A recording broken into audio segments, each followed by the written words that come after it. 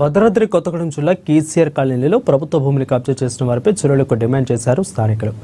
AMC కాలనీలో అంగన్వాడీ భవన నిర్మాణం కోసం ప్రభుత్వం కేటాయించిన స్థలంలో అక్రమ నిర్మాణాలు చేస్తున్నారని తెలిపారు. రెవెన్యూ సిబ్బంది హెచ్చరికల బోర్డులు పెట్టినా తొలగించారని అన్నారు. ప్రభుత్వ భూమిని కబ్జా చేసిన వారిపై చర్యలకు డిమాండ్ చేశారు. ఈ డబుల్ బెడ్రూమ్ ఇళ్లకు సంబంధించి కాలనీ పక్కన సుమారు ఒక 3 సెంట్ల స్థలాన్ని ప్రభుత్వం అంగన్వాడీ కేంద్రానికి కేటాయించి ఐటీడీఏ అధికారులు కేటాయించి దాన్ని అలా ఉంచారు.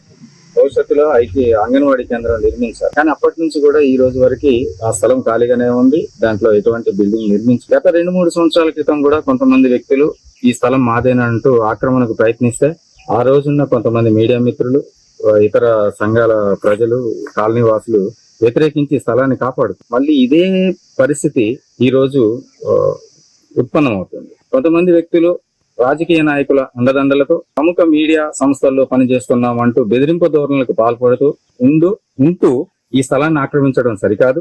తక్షణమే ప్రభుత్వం వాళ్ళు కూడా ఇక్కడ ఈ స్థలంలో పెట్టినటువంటి బోర్డును, ప్రభుత్వ స్థలం అని పెట్టినటువంటి బోర్డును తొలగించి మళ్ళా ఆక్రమణకు గురి చేశారు. ఇందాకనే డీటీ గారు కూడా వచ్చి వివరణ ఇచ్చారు. ఇది ప్రభుత్వ భూమి అని. ప్రభుత్వ భూమిని ఎంతటి వ్యక్తులు కాజేసినా, ఆక్రమించినా చట్టపరమైన చర్యలు తీసుకోవాలి. ప్రభుత్వ భూమిగా డిక్లేర్ చేస్తూ ఆర్ఐ గారు ఇచ్చిన నివేదిక ప్రకారం ప్రభుత్వ భూమి అని బోర్డు పెట్టాను.